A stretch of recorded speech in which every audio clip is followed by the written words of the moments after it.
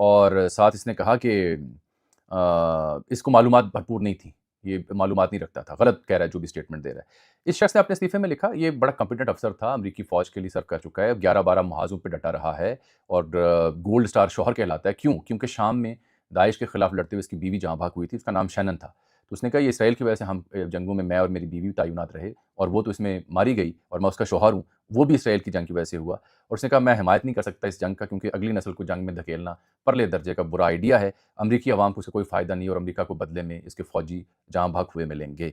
ٹکر کارلسن جو نامور امریکی تجزیہ نگار ہے، اس کا ایک 2024 کا انٹرویو جنوری میں اس شخص کے ساتھ ہوا جس نے ٹرمپ کی سرکار کو چھوڑا ہے۔ تو اس انٹرویو میں اس نے کہا تھا کہ اگر جنگ انہوں نے کی تو war will be very very bloody, بہت خونی جنگ ہوگی، تباہی ہوگی، بربادی ہوگی۔ تو یہ پہلے سے ہی یہ جانتا تھا، اس نے یہ استعفیٰ دیا۔ اب اس کو امریکی اخبارات نے لکھا ہے بومب شیل، بہت بڑا بومب شیل ہے جو اس کے استعفے کے بعد آیا۔ کیوں؟ کیونکہ یہ پتجڑ جو ہے یہ اب جاری رہے گی۔ میری رات گئے کچھ امریکہ میں بیٹھے دوستوں سے جو اہل صحافت سے تعلق رکھتے ہیں ان سے بات کی، تو انہوں نے کہا this is the beginning of an end, آغاز ہے یہ اختتام کا۔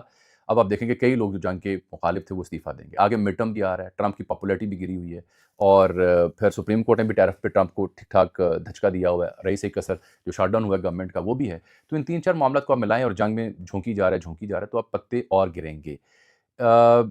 یہی نہیں بلکہ جو نیٹو نے بالخصوص ہاتھ کیا ٹرمپ کے ساتھ، یہ دوسرا ثبوت ہے۔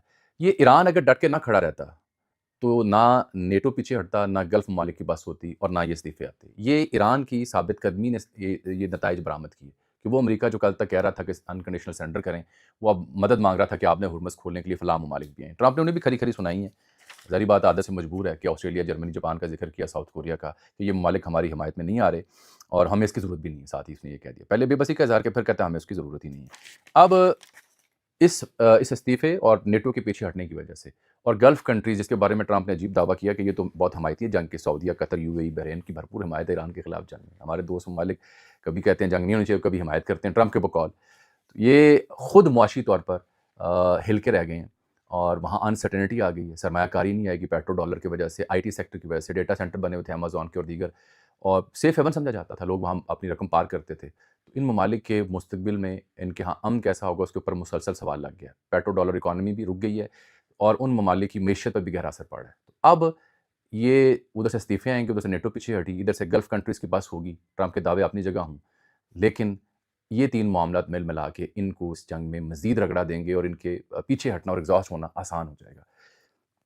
جو علی لاریجانی صاحب اور دیگر کی شہادت نے جنہوں میں ذکر کیا، اس میں ایک نقطہ اور آپ کی خدمت میں عرض کروں، وہ نقطہ یہ ہے کہ اس کا نقصان ایک اور کیا ہوگا۔ اب جو بھی نئی شخصیت تعینات ہو رہی کسی عہدے پر، وہ پہلے سے زیادہ سخت گیر موقف رکھتے ہیں، پہلے سے زیادہ پدلے کی آگ میں آ کے اس سیٹ کو سنبھالیں گے، اور ان کی ٹریننگ ایسی ہوئی تھی کہ اگر 3-3 4-4 درجوں کی لیئرز بھی قیادت کی شہید ہو جائے تو بندے تیار بیٹھے ہیں جن کو پتہ انہوں نے مشن کیا پورا کرنا ہے۔ تو یہ ان کی کم عقلی ہے جس کی وجہ سے یہ ہو رہا ہے۔ اچھا، میں ایک خبر آپ کو دے دوں اور پھر آپ سے اجازت بھی چاہتا ہوں۔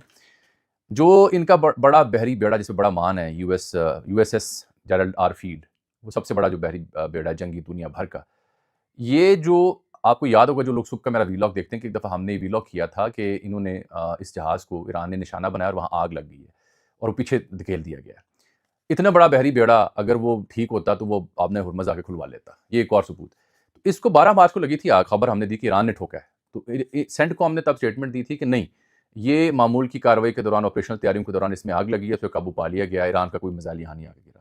تو نیو یارک ٹائمز نے انکشاف کیا ہے کہ اصل میں 30 گھنٹے اس بحری بیڑے جنگی جہاز کے اوپر آگ لگی رہی، 600 سے زائد لوگ عملے میں ایسے تھے جو بستروں سے محروم ہو گئے، بیڈ نہیں مل سکا انہیں، اور دھوئیں کے وجہ سے درجنوں افراد جو تھے وہاں پہ اس حملے میں وہ سانس کا شکار ہوئے۔ نیو یارک ٹائمز نے اس کو انرتھ کیا، اور 10 ماہ سے یہ ڈپلوائے ہے اس خطے میں، لیکن آگے نہیں آ سکا ایران کے پاس، مشرق وسطیٰ کے قریب آس پاس ہی ہے، اور یہ آیا تھا جزائر کیریبین جو ہیں، ویسٹ انڈیز کی جہاں کرکٹ ٹیم مختلف جزائر سے بنتی ہے ان کو کیریبین جزائر کہتے ہیں، تو وہاں یہ ڈپیوٹر تھا، وہاں سے یہاں یہ جہاز پہنچا لیکن آگے نہیں جا سکا۔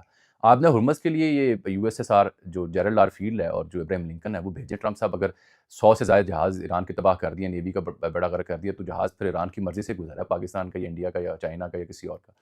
تو اس لیے میں کہہ رہا ہوں کہ یہ اوور آل جو طاقتیں اس دنیا کی، جن کو گھمنڈ تھا کہ وہ بہت مضبوط فوج رکھتے ہیں، بہت مضبوط ان کی آرمی ہے، بہت پیسہ ہے، بہت میزائل ہیں، دنیا کو مرضی سے چلا سکتے ہیں، ان کے لیے this is the beginning of the end, کیونکہ نیچر کا، فطرت کا، اللہ کا نظام کچھ اور ہوتا ہے۔ گھمنڈ اور غرور اسے بے حد ناپسند ہے۔ مجھے اجازت دیجیے، اللہ حافظ۔